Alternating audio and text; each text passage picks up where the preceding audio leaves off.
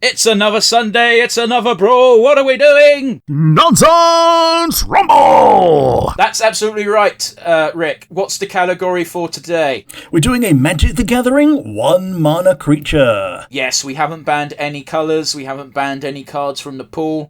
We've specified creature, so it's not a spell.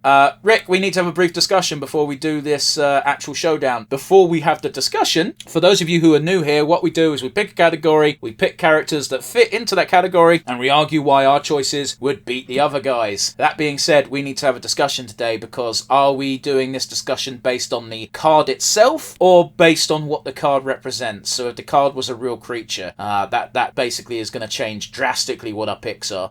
I think we're going to have to go based on the rules. So you just want to do card versus card? So the question is, do you want it to be as, do I think my card will help a deck win more, or do I think my card will win in a fight 1v1, this card is attacking the other? Well, bringing a deck into it is just completely pointless, because that none and voids the category entirely. Because then it's just like, yeah, but if I have this card and I do this combo, blah, blah, blah, blah, blah. Magic the Gathering is full of rules lawyers. Yeah, like, there are certain things that I could have picked that are, if I've got 30 life, then this is a 6-6 this is a 6-6 for 1. Yeah, exactly. I've not picked that. I was leaning more towards having our interpretations of the creatures as actual creatures, using the rules they have influencing how they would deal in a fight. That's a bit more whimsy, but if we just do the card against the card, it gets a bit more bare bones and a bit shitty. Yeah, it's a bit more cut and dry, isn't it? Yeah, because for example, a lot of 1/1s, a lot of 1-mana cards are 1/1s. Yeah. Maybe 1/2 or 2/1, but very low powered, and it's basically just which number is better. Yeah, so on that, I have 2 picks, and it was a case of which one ends up as honourable mention, which one ends up as the pick. So how are we actually arguing our cases is what we need to decide. Are we just basing it on how good the card is, in which case there's factual, just this card is really good? Or are we just being like, with the rules and the design of the creature, this is how we interpret the creature would act in a battle to the death against something else? I think it's going to have to be factual, because I didn't go into the fluff side with these, and going forward I will, but for this one, I didn't have fluff as a prerequisite at all. Otherwise, I'd have pricked Freya. Freya? Yeah, Freya Crescent. She's a 1-mana red 1/1. Okay, you got to be more specific than just saying Freya. It's a common name. Yeah, Freya Crescent from FF9. But yeah. Well, if we're going just based on the card itself, it's less fun. But okay. Yeah, less fun. I think there's more fun in the honourable mentions at that point, really, isn't there? Pretty much, because my honourable mention, if we're just going based on the fact, is like, well, my card can't win then, because it's got 0 attack. Sure. Is it Tamiyo? I'm not telling you what it is until we get to the actual revealing, but if we're just doing, based on the card, my card can't possibly win, because it can't do damage. Sure. Yeah. Creature versus creature. Let's do creature versus creature. It's got to be, because otherwise, you're just going to have things that never win. So, alrighty. Again, does that mean we're doing fluff, or we're doing just what the card says? We're doing numbers. We're doing numbers this time, and then in future we can do fluff. In future, we're not doing this category again. Okay. Because this has already annoyed me that this is the direction you want to take with it. Sure. Okay. What's your honourable mention, Rick? My honourable mention is going to be Ragavan, the Nimble Pilferer. He got reprinted as a Zidane alt as well. He is a monkey pirate. He's a 2/1. If you pay 2 instead of 1, then he comes in with haste and he goes back in your hand at the end of the turn. Yeah. So we can't use that. What that does though is it lets him not die. You attack someone who's not got any blockers, and you get his benefit, which is if he hits a character, you get a treasure. Pretty standard fare for any pirate type card, really. Yeah. The benefit is he's cheap, and he's got his dash mechanic of you can pop him in with haste, put him back in your hand afterwards. I know a lot about pirate cards, guys, and that's about it for my extent of MTG knowledge. Yeah, he's a very good pirate, and he's he's worth a lot of money. How about you? Do you have an MVP? Not an MVP, an honorable mention today? Yeah, my honorable mention today is Ruin Crab, because he can't possibly do damage, and therefore, if we're just doing what the card says, he's crap. He also has a very fun effect called Landfall, which I'm sure you're aware of.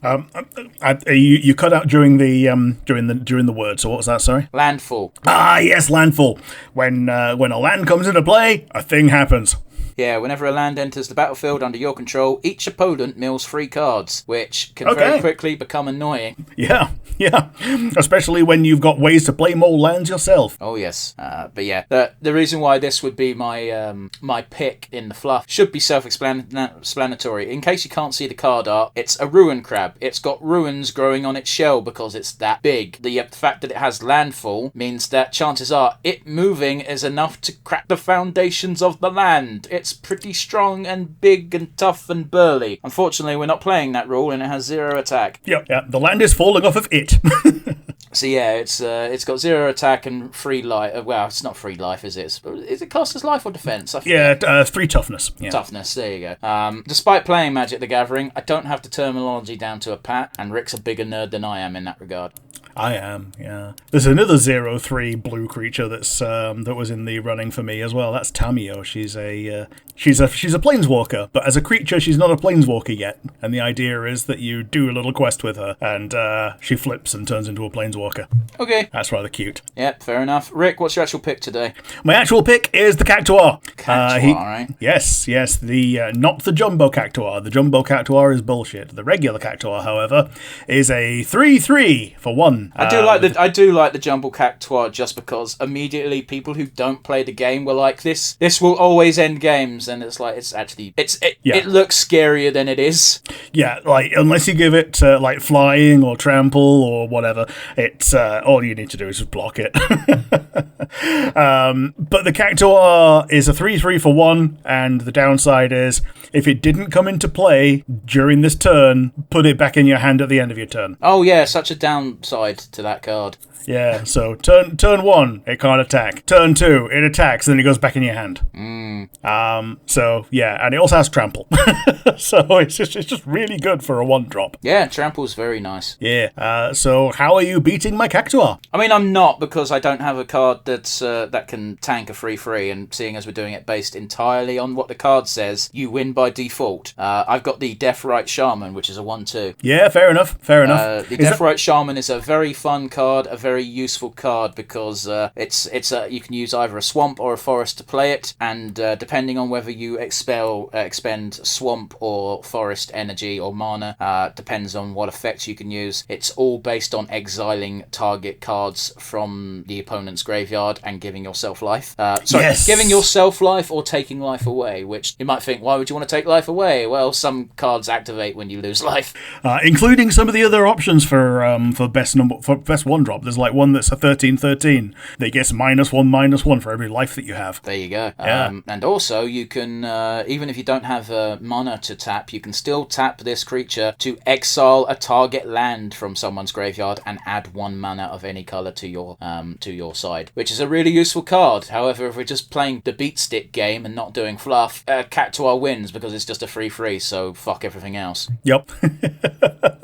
Cactuar wins! Cactuar wins with a big old asterisk of it wins because Rick decided the rules will be beat stick instead of fluff. Because fluff, I think the Shaman takes it easily. But we're not playing that game, are we? And this is the last time we do Magic the Gathering on the Rumble. Not because I'm salty, but because I'm really salty. Fluff, I think the crab wins, but yeah.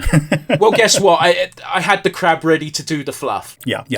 That's why it was honourable mention in our actual pick, because the crab would do just as poorly, because it's still only got 3 toughness. Yeah, true. So yeah, anyway, I digress. Rick wins, begrudgingly. Join us again next week for something a bit more fair. Yeah. Bye, everybody.